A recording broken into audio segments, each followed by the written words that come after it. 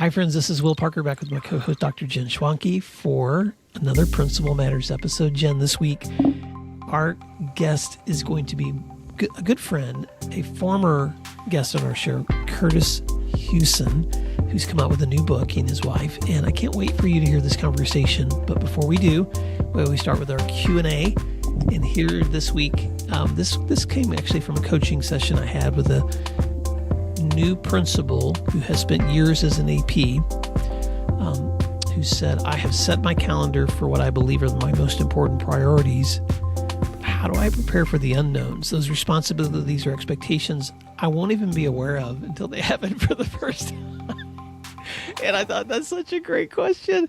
So, Jen, what would you tell a leader who feels like they're ready, but how do you prepare them to be ready for what they don't know to be ready for? Right. Well, I'm sure this listener is ready after years as an AP. Mm-hmm. But, I think the answer lies in the question here. This listener asked, how do I prepare for the unknowns? Well, the fact that you know that there's unknowns is great because there is a lot that you can't possibly prepare for. I was just telling someone today, this is a reactive job. A lot of what you do is a reaction to things that, decisions, choices, situations that other people find themselves in. And so you almost have to leave room for those unknowns and don't overschedule your calendar to not leave room for those. Yeah, thank you for that feedback. Because I had two thoughts. One of them was take a look at your calendar. And if you realize you've overcommitted, start asking who else on my team could help me share these responsibilities because maybe I've overcommitted. That was my tendency as in my first year from AP to principal. I thought, well, I'm really good at discipline. I'll help.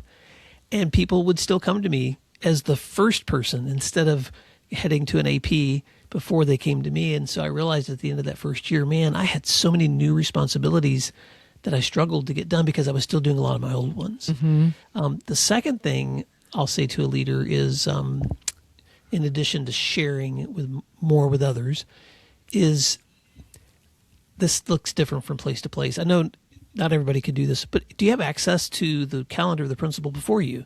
Because if you do, you're going to see some things in there that you're going to be like, oh, I didn't even know that was a thing. So if you can have access to someone's previous calendar, and I've done that probably in every position I've ever taken, even teaching, show me last year's syllabus for this, or show me that last year's AP's calendar, or show me that principal from the before me's calendar, or even when I became an executive director at the state level, I'm always looking for the model of who did this before me as a way to just kind of be looking ahead. So I would suggest that too, Jen. That's great advice. I had never thought of it as such a deliberate thing. It always feels a little sneaky to look at somebody else's year, but wow, it's not sneaky.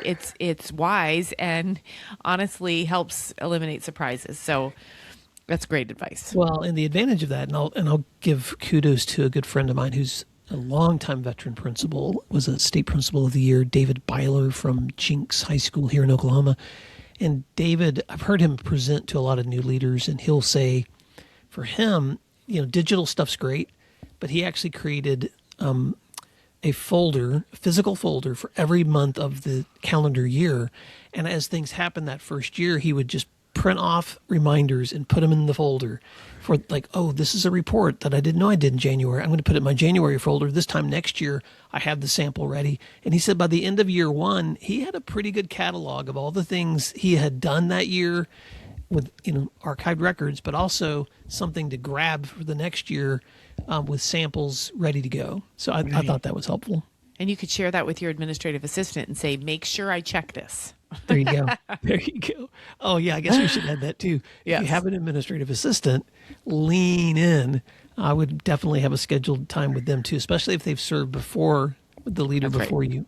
If they're as new as you are, you still need to have a scheduled time with them so you can compare notes. Exactly. Well, Jen, before we switch over to our guest speaker for the week, we'll be releasing this at the end of August, and you and I are recording at the end of August. So welcome back to a new school year. But I know in addition to the work that you do at Dublin City Schools, you're also writing, and your newsletter is doing really, really well. How can people stay connected with you? And you've topped 1,000 subscribers for that new newsletter. So why don't you tell people how they can find your content? Absolutely. The easiest way is probably to go to my website, jenschwanke.com, and click on newsletter and subscribe there. And you can always scroll down to see all the previous episodes and editions too. So yeah, find me there, jenschwanke.com.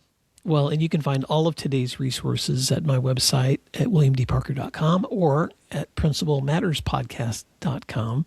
And Jen, I'll just say this too, since I don't always know what I'm going to share in each of these times, but I just want to say thank you to some groups that have had me recently in their states. I was just in Cleveland, Ohio, with a combined group of 3 charter schools that had me there. So a big thank you to Deb Mays, who invited me out.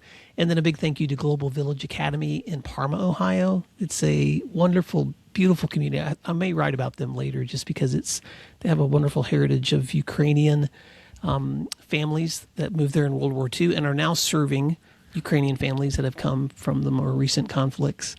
And in a couple of days from this recording, I'll be in outside the Chicago area with the Diocese of Joliet with Catholic school pre-K-12 principals. So thank you, friends, for the opportunities to reconnect. Jen, one other thing before we go, because I know I'm making this transition really long, but you have a memoir coming out, and I don't want to let you off the hook. That I think is it published yet? No, pre-order is out there, but it won't be until February of 27. So advanced reader copies are out there now, and yeah, it's wild. It's going to be a whole different path for me. So send positive vibes. Well, I love cheering on everything that you publish, so I can't wait for that one to be live. So Principal Matters listeners, thank you for tuning in this week, and we know you're going to love this conversation with Kurtis Hewson. Until next time, thanks for doing what matters. Let's take a moment to thank our sponsors, and then we'll be right back. Over 1 million teachers use iExcel in their classrooms every day for one reason. They love it. Why? iExcel is where the magic happens. With just one platform, teachers can personalize learning for every student. iExcel gives teachers all the tools they need to enhance and differentiate instruction without adding work to their plates. Plus, iExcel has decades of expertise and is proven to be effective. Studies on more than 70,000 schools across nearly 50 states show that those who use iExcel outperform others on state tests. Ready to bring the magic to your school? Visit iexcel.com/PM to learn more.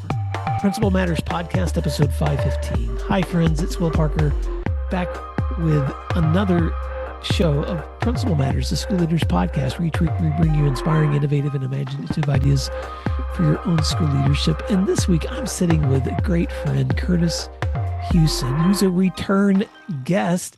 Kurtis, it was August 24th of 2024 when you were on my show the first time, and this one's going to be coming out almost exactly 2 years later, August 26, because we're going to be talking about your new book. So this week we're talking about collaborative team meetings with my award-winning educator, former teacher administrator, respected secondary instructor, co-founder of Jigsaw Learning, where he works with principals and schools and teachers across North America.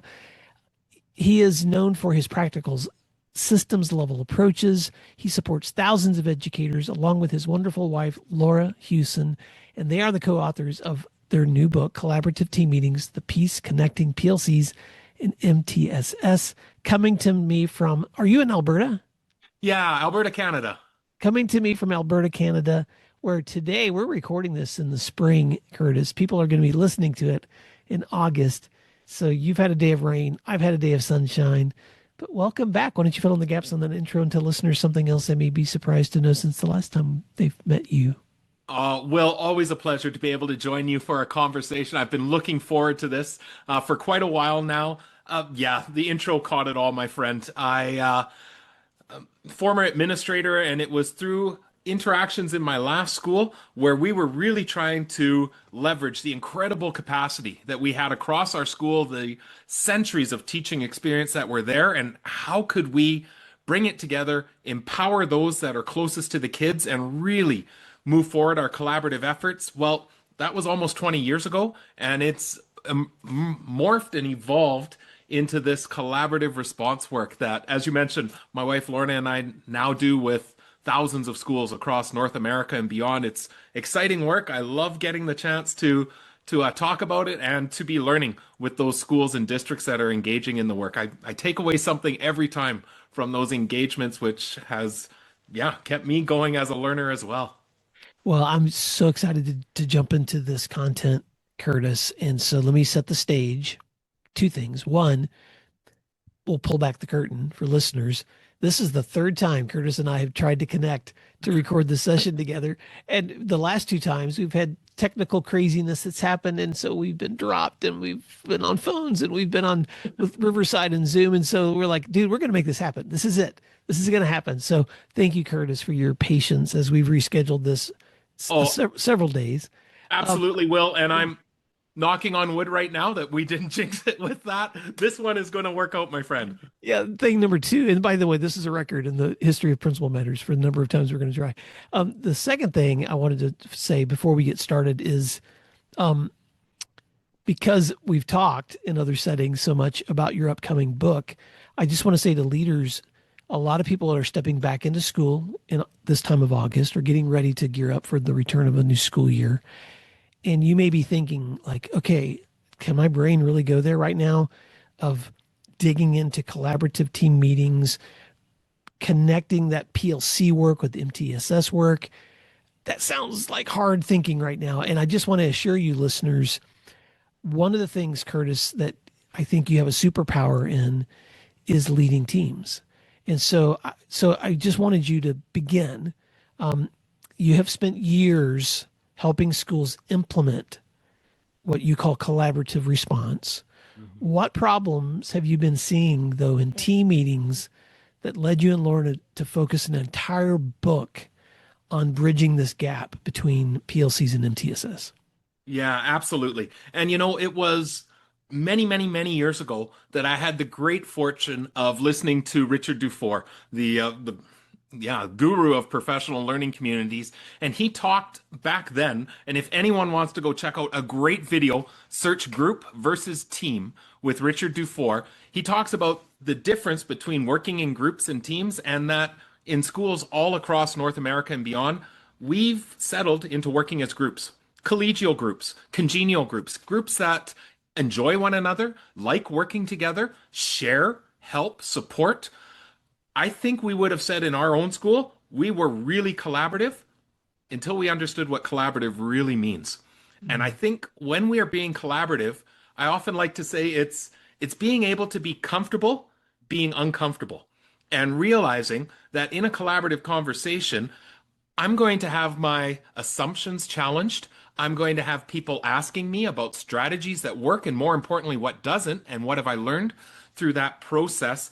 I'm going to pull back the curtain on my instructional practices and be assured that I'm going to grow through that process. I think when we are truly being collaborative, we understand that we need levels of trust, levels of safety that don't happen by accident. And when we create the conditions for that to happen, oh my goodness, a team can accomplish so much more than just a group of dedicated individuals. But setting the space for that team is critically important. I think that's been our key understanding, is how do we establish conditions that really ensure we're working as a team? Because without those structures and processes in place, we may be seeing positive outcomes for students and helping to support our colleagues. But oh my goodness, it's like pouring gasoline on a fire, Will, when we can move from grouping to teaming. And I think that's been critically important for us within this work.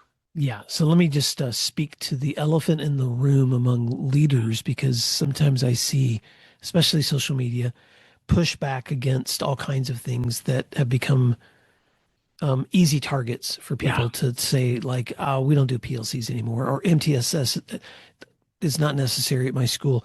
And I just want to say this out loud, that you're right. If you're simply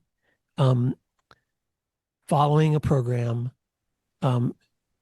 stepping into some kind of initiative just because it's research based or because it's required by your district, that doesn't equal meaningful outcomes. Yes. And so the more important question I want to ask you is what you just touched on, Curtis. What are you doing with the other people, the other adults in your building, to build the kind of collaboration where you can say, whatever you call it, we're a team, not a group. We're a Yeah, team, and not a I group. think I think this is one of the critical things, Will, that I think we have to step back from trying to follow the regimented program.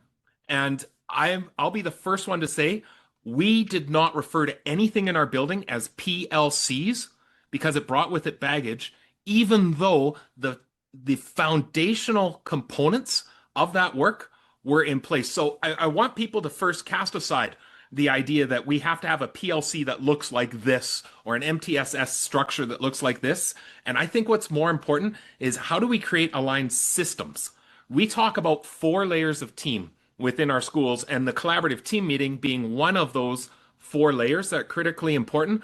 But when I work with schools, we often say these are categories that you may refer to them something different within your own school, but there's a through line that is so critically important. So I think we have to get out of the mindset of, well, PLCs don't work, MTSS doesn't work, and get back to, but what are the fundamental principles that we're trying to endeavor through those structure or through those different frameworks, and really capture that when we can clearly identify what are the different teaming structures and systems that we have, clarify with real clear intentionality and purpose within our school, and then recognize that it's through these layering of teams that we're not only responding to the needs of students, but we're building collaborative capacity as we go. More importantly, we're building habits and cultures, ways that we think and engage, which I think is the most critical component. I often say to a school, when I hear them say, we've been doing CRM, and what they're trying to say is collaborative response model for a number of years, I usually try and say, let's back up a little bit and think about it more as a way of being, of how do we collaboratively respond to our students. When we get trapped into the acronyms, I think we lose some of the true intent that's intended in that work. No, well said. Now, let me speak directly to a Principal Matters listener, because someone right now may be listening to this conversation thinking about all of the spinning plates that are happening as they're stepping into a new school year, their responsibilities to try to invite people to this attitude and posture, but also practice of being a team. Mm-hmm. And so take us to school for a few minutes, Kurtis, because if I'm a listener, and if I had to have a checklist of the most important things Kurtis recognizes must be present for a team, for a group of people to work as a team, what should I be looking for? Okay, I'm going to come at this from 2 approaches, one from a macro level and then from a micro level. From a macro level, I think we have to look at what are 4 layers of collaboration that we want to see in each and every school. And Will, I don't care if your school has 5 staff members in the building or 155. These 4 layers apply. And I'm going to just walk through these really quickly with you. And I know you're going to be able to say, yeah, check, we have that layer covered in our school. And I'm going to go from most intensive to least intensive. Or sorry, a better way to say that is most individual student focused to more group of or cohort of student focus. So okay. Our 4th layer, and in time these start to connect to tiers of support, and if we have time I can get to that. If not, please, anyone listening, go check out jigsawlearning.ca. You are going to find all the resources to help you understand this. So this 4th layer we call case consult, and it's the easiest layer to identify because every school has meetings like this. These are meetings where we come together to focus on one student. One student's on the agenda, or maybe one family is on the agenda, and we're bringing the necessary people around to determine what do we need to do. Often these meetings are the result of crisis or complexity for students, but one student on the agenda. And again, I know a number of schools that will be able to say, we have multiple meeting structures that look like that. Great. We can't, we don't want to eliminate that layer. It's an important layer, but if everything in your school is a one student at a time conversation, highly inefficient. It's not a way to run a school. So we come back one more layer and get to what I call the school support team layer, or what we reference as the school support team layer in our collaborative response work. This is the layer of team that is looking at what are the supports we're putting in place in addition to or beyond the classroom before we ever get to the let's talk about one student. But who are the students oftentimes that are being referred for additional supports? This is that connection to multi-tiered systems of support or earlier response to intervention, being able to say, even after we've engaged in good universal instruction, there are students who need more. And what's the team that's determining what should we do? Oftentimes, this team may be thinking about how do we support the student. They may also be talking about how do we support the teacher. Is there more PD that we need to look at based on different referrals that are coming in? Again, schools that have multi-tiered systems of support, this is usually a team that's involving some of their special education personnel or their inclusive team members, often administrators involved in that conversation of, okay, who needs support beyond the classroom? So now I'm going to slip down to our first layer. I'm going to skip the second, and I'll come back to it. The first layer is where PLCs live. I often, when a school says, we're doing PLCs, are you saying that we should stop and do collaborative response? We're saying, no, no, no. Your PLC structures exist in a layer we refer to as collaborative planning. Now, it's intentional, Will, that we referred to this as collaborative planning, not PLC, because not only because some of the baggage that came with those three little letters being put together, and I remember hearing Richard Dufour say the acronym has come on to take on meanings in a lot of organizations that it was never intended to be. Three people come into a room and we say we're a PLC. Not really. This collaborative planning layer is meant to be, what are we doing to focus on the needs of all of our learners? Oftentimes we're breaking down curriculum, we're looking at assessment data, we're determining, are there trends, are there instructional gaps that we're seeing? How could we attend to those gaps? Within our own school, we had all of these three layers before we even understood what we meant by layering, but something was missing. It was too easy for a teacher to be able to be struggling with a student, even though we've engaged in our PLC work, and let's use a really simple example. We're building out some common assessments around writing instruction that we're utilizing. We're looking at student work. We're identifying where there are gaps or trends that we need to address. But what could be the bridge between the PLC or collaborative planning before it ever gets up to the referral stage? And this is where that magic of the collaborative team meeting came into place, where I could come into a room with my colleagues and say, I have a student who's struggling with X, and we put the attention on X, or what we call the key issue, and not the student. And we say, all right, for that challenge, who else is seeing that, and what could we do for that particular key issue? And I can break this meeting structure down for you and your listeners, if you like, Will, in a little bit. It's a really powerful structure, but it's intended to be that bridge. Again, the title of the upcoming book is The Missing Piece. Whenever schools hear of this meeting structure, they get really, really excited. We often hear oh my goodness, this is what we were missing to ensure that not every teacher who has a struggle with a student is referring it to somebody else, that we're trying to build up that capacity. So that's macro. So what I just heard you saying is that before we even talk about the essential ingredients necessary for a collaborative team to work as effectively as it can, that bridge between PLCs and MTSS, you have to recognize that 4 layers of support exist in any well-functioning school, which include, you do have teams meeting together to look at standards and focuses on all learners and what do we need to be doing collaboratively to work together. You got it. We do need to have school support teams that can pull together and figure out what additional layers of help need to happen from different players on the team, whether that's specialists or instruction or counseling, in order to meet a kid and support a kid where they need to grow. We need to have one-on-ones so that we have case meetings where students or their families are being given specific solutions and feedback and tailored support. And we'll often in those conversations, we might be engaging external agencies by that point or yes, external yes. supports Yeah. beyond our school. But in addition to all those pieces, the thing that you see, and this is why you guys wrote the book, the layer that you see that's often missing is the power of that collaborative team meeting. And I'm going to name them in order. Before the PLC moves up to that school support team, that collaborative team needs to be number 2. Yes. PLCs is 1, collaborative teams are 2, school support teams are 3, and then that case consult, that one-on-one is 4. And they don't always happen within sequence, but No. that's a way to look at it.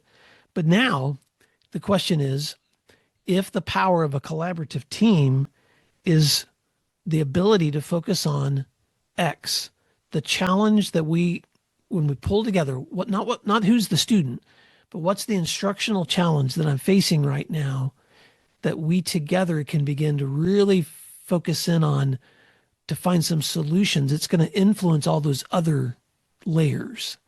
So this is where we get micro, which is, okay, that's the big picture. Now the small picture is, how do we do that? How do I really pull a team together so that they're having more meaningful collaborative conversations?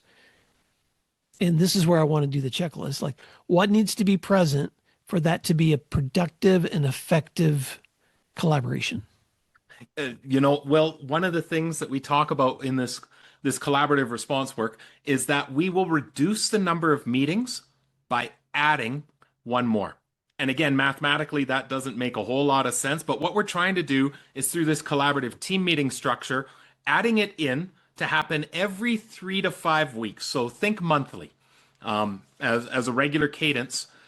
That by adding it in, we're going to boost everyone's collaborative capacity so that in time, less and less students are getting referred for that school support team or that case consult. And the ones that do are the ones that absolutely need to have that conversation happening. So this collaborative team meeting becomes the juice within this. So let me break down what this looks like. So we'll imagine that you and I and 3 other teaching colleagues come together into this meeting, and usually it's a 40 to 60 minute meeting structure that we see. In this, we have some of our specialist colleagues that are there to support. We probably have an administrator that's, if not present, likely facilitating the conversation. And we've been asked to come ready. Now, one of the beauties of this is these do not have to be the same colleagues that are meeting in collaborative planning, i.e. PLCs. It could be, I've worked with a number of high schools where they meet in their department or subject area teams, because that makes sense for looking at their standards or similarities in what they're teaching. But when we come to the collaborative team meeting, now we're cross-disciplinary, because this is what it looks like. We start off by first reviewing our team norms. Let's pick one that we'll practice.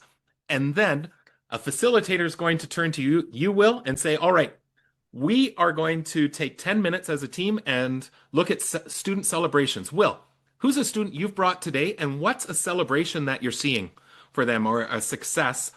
And through this conversation, we're going to surface the most important question, that is, what do you think you did that led to that success? Now, this is really key, to take the time to celebrate for the different teachers to be able to say, I'm seeing this success for Ellen, and I think what I did that led to that success was X. This is building up incredibly high levels of collective efficacy for us as a team to be able to identify the things we're doing that's leading to success. The beauty of this is when you state that for this student, putting a visual schedule up at the front of the classroom to help with transitions, as well as having personal check-ins, and here's how I do it in my room. Someone else in the room might be going, ooh, that's a great idea. That's gold. And you might be saying, well, doesn't everybody do that? Nope. No, they don't. They not the same way that you do, and it can surface ideas and strategies. So we take the first 10 minutes for that, and then we get into the magic, and it looks like this. Will, I know you've brought a student today, and in time we start to connect it to our data and evidence so that our data is starting to flag who we should be paying attention to. And we say, we know you brought a student. Don't say their name yet, please. What's a key issue that you're experiencing right now? And you indicate, and in time, as teachers, we get better at being succinct in naming that key issue. So let's say that you've said right now, my key issue is on task stamina. Now, someone might have to ask you, what do you mean by that? And when you say, I have a student that cannot take more than 30 seconds on a task before they get distracted or before they're off task again. Really low levels of stamina when working independently. So we say, all right, low levels of stamina for independent work. There's our key issue. Kurtis and everyone else in the room, write down the name of a student where you're also seeing that for. Don't say it out loud, just write it down. And what we're trying to do is reassure Will that you're not the only one. All of us have that. And there may be a person who says, I don't have a student like that right now. That's okay. We still need your voice for the next part, because now we're going to ask, what could we do? And it's important in this part of the conversation that we just, I like connecting it almost like we're going to throw instructional spaghetti against the wall and see what sticks. And so I'll say, one of the things I use is I have visual timers up in the class, and I say for the next 2 minutes, we're going to do X. And someone else will jump in and say, I often chunk my my task just like that to say step 1, step 2, step 3.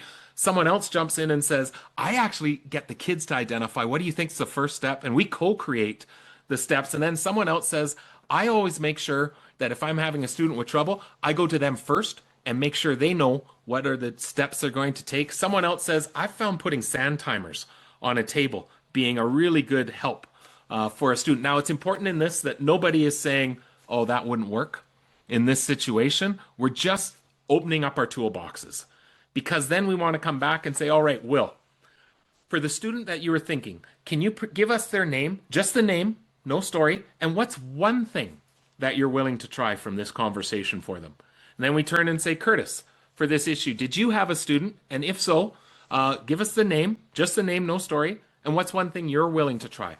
We're trying to induce a solutions-focused, action-oriented mindset within our teams that we're going to walk away with things that we're willing to try within the classroom. And I often say a powerful collaborative team meeting is when I can walk out of there with 1, 2, maybe 3 new things to add to my toolbox that weren't there before I came, or that are reminders of, oh yeah, I used to do that. I'm not sure why I stopped doing this. It's really trying to leverage the things we could try so that in time, before I go and refer this student up to that next layer, I've got some ideas from my colleagues of things to try. And what we see, Will, and this is the really amazing thing that impacts culture over time, is we start to see teachers start to stretch in risk-taking in this, to be able to say, I like Will's idea, but I'm not quite sure how to do that. And at that point, if I'm an administrator in the room, I am jumping in to say, I'll cover your kids tomorrow so that you can go over during Will's prep time. And Will, would you be willing to show how you've used that checklist in your classroom? Or could this person come and observe? We're trying to just build up everyone's collective capacity through that conversation by focusing on the issue rather than the student. This is how we accomplish it, because I know you've been in those meetings where if I come in and say, I have Darcy, and here's all the things going wrong, it can go down a rabbit hole. People can start suggesting ideas, and it allows me the chance to say, oh, that wouldn't work for Darcy, or, oh, I've tried that. Oh, let me tell you more about Darcy to understand this better. By shifting to the key issue, it unlocks solutions-focused thinking. Wow. Okay, Kurtis. Yeah, that was a lot, my friend. No, but Principal Matters listeners, you're going to want to get a copy of the book. But let me just do what Will loves to do is a quick summary of thoughts that I'm having as Kurtis has been unpacking what a strong collaborative team meeting looks like. And I'll just say this on the front end. It reminds me of what I've been trying to do with leadership masterminds for a long time. Yeah. You're asking teams to do for instructional outcomes. And so instead of coming, as one of my good friends likes to say, and admiring the problem an entire meeting, it's tailoring the meeting and facilitating it in a way where you find solutions.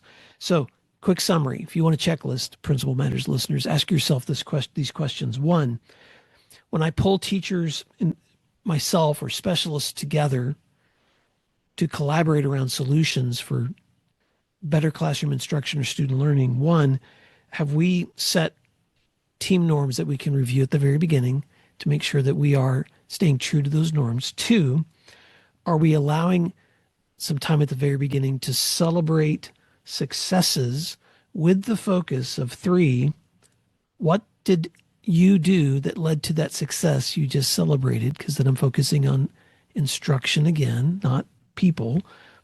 Four, what is a key issue? Let's put somebody in the hot seat. And what is the key issue that you're facing right now without naming the student? Talk about the issue. Five, what can we do or experiment with or try here together? What can we talk about that might help the person who just shared this issue to consider a solution they haven't considered before? Mm-hmm. And six, person who just shared that issue, what's one thing from all that feedback that you can walk away with and try now that you haven't tried before? Yeah. And Will, I'll just add one small caveat. Please. Once that person, and I loved how you said is in the hot seat, we want to try and get them out of the hot seat by asking, all right, here's our key issue. Who else is experiencing that? Write down the name of a student, because we want this to be, this isn't about Will's instruction. It's about a challenge that several of us are experiencing right now. And then when we come back to say, what's one thing you're willing to try? Will, we're also going to turn to another person and say, Kurtis, from this conversation, what's one thing that you want to try, and who's the student that you're seeing this happening?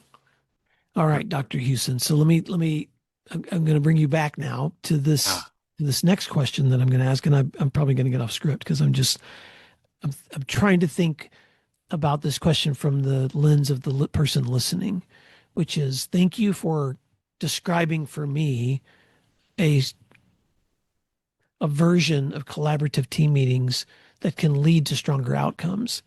But I want to put you in the hot seat, Kurtis, which is, why does this work?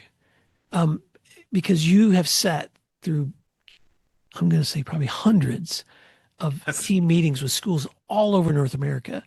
Why have you taken so much time to put a book together to describe this series of processes? Why does this work? And why do you think this is the juice of all those layers of collaborative support that teams really need to understand? Okay, so I think the reason this works is because we're putting the power back into those closest to the child. We're saying, we know you are doing good things. We're going to name them out loud. And being able to share. And no one in this room is saying, Will, you should. But we're saying, Will, here's some ideas. What do you think would work best in this situation? It's putting all of the power closest to the people that are interacting with the student. And I think this is really, really powerful. But the other thing it does is it creates ways of thinking and vocalizing concerns that we're having. And where I see the real power come is not necessarily in the formalized 40 to 60 minute team meeting, but what happens in the hallways after, what happens in the staff room, the way people start to talk and think and being able to say, man, I'm having this challenge. And instead of me, I love what you said, admiring the problem and telling you all about this or venting or whatnot, it's, I'm having this challenge, but I know you have some strategies. What do you suggest I could do? The way of thinking about how we collaboratively respond to students starts to change for us. And that's where I see the real power that happens in this, Will, is it's being able to focus back in on our locus of control rather than all the things out of our locus of control, which can be really defeating sometimes in this profession. We're turning back and saying, but what could you try? And again, I think that's one of the keys in the collaborative team meeting is nobody is saying that we've come up with answers to problems. We've come up with possible solutions to explore. And then let's commit to try something. And through that try, I might try a strategy that doesn't work, but it will inform my next step. I may find the perfect way that doesn't work, which leads me to I found something that did as a result. I think this is what's so critically important for this work. So, Principal Matters listeners, if you want a strategy that gives the power back to the person closest to the student who can actually make the meaningful change necessary for that student to learn, then understanding the skills of a collaborative team meeting is it's like coaching, Kurtis. Yeah.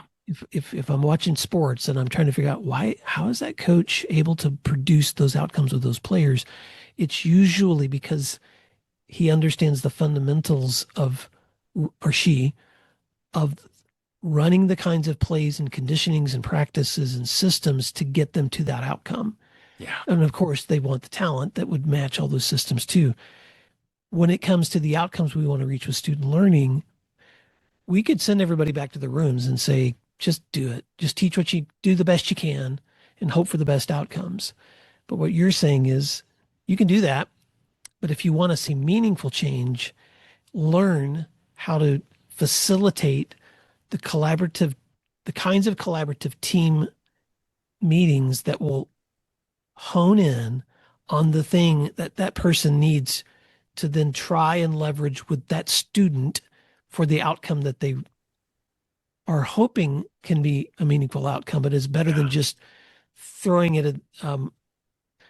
caution to the wind and hoping for the best outcome. So let me stay really practical because I'm watching the clock. I know that two things. I want any listener to reach out and get your book, and we'll share contact information in just a little bit. But I also want for that overwhelmed leader who's listening today, who knows their team meetings just aren't where they're supposed to be, Kurtis, what's one practical step or what's a resource they could reach out to you and grab that just helps them take their next best step in building a collaborative team model? So the first thing with that, Will, is I would suggest for anyone listening to go to collaborativeteammeeting.com.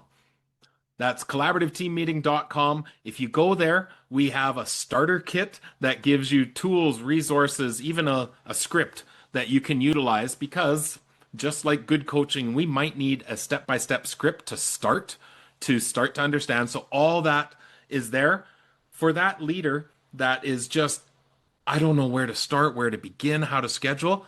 I'd suggest one thing to walk away from, and I don't care what meeting you're in, start your meetings with celebrations. Start them with celebrations as a simple starter step. And the most important question that you can ask is, what do you think you did or we did that led to that success that we're seeing? That small little shift is, it may sound like it's somewhat insignificant. It has tremendous power for us. So I've seen principals that even start staff meetings to say, all right, let's start naming some of the great successes we've seen and why. Why did they happen? What did we do? That's a simple way to get started. I personally, anytime I meet in a team, we always start in that direction. I've even seen schools, when we think about those 4 layers, when we get to the case consult with a family around a student potentially, they still start with celebrations. Mm-hmm. And it's a powerful mechanism. So if you want a powerful next step, and if you're not already doing this, then consider how you can capture those moments of success with your staff, your teams, your people. And then the follow-up to that is, what was something that you did that led to that outcome? Because what we're trying to do is invite people, and Kurtis, I know you and I are broken records, but I'm going to say it anyway. What we're trying to say out loud, Principal Matters listeners, if I'm not being direct enough, I'm just going to say it. Every learning setting is like a good classroom. Yes. And your best classroom teachers do this all the time. They set norms. They invite students to examine problems, and they create they provoke a little bit of discomfort around a problem. Yeah, some tension. Some tension. They seek input. They take a problem and they lean into it until they can see a potential solution. And then they experiment or they assign an action that might lead to the next step that will help you then resolve the issue. And then you rinse and repeat. And the power of that learning cycle for all of us, adults too, is how often are we stopping in our work and reflecting, deeply enough to see what's working and what's not working, what action can I take the next time to make it work better. And so just that one tip of celebration with the goal of what led to that success is a reflective practice that brings you back into that cycle of learning that we want in every classroom, but we also have to demonstrate and model too. Kurtis, I love that, Will. oh my gosh. I'm trying to figure out how to wrap this up. So I'm going to just ask you two things. One, how can listeners stay connected with you and your resources? But two, what's a parting word of advice from all of the years you've spent working with schools for that leader who's stepping into a new school year? What's that thing you want them to hold on to? All right. So the first one, if you go Jigsaw Learning on any platform, we're on the socials, sharing out resources, tips, strategies to help schools. Our website is jigsawlearning.ca. And if you go to jigsawlearning.ca free or /free, we've got a number of recorded webinars that are there for free that you can learn further in this.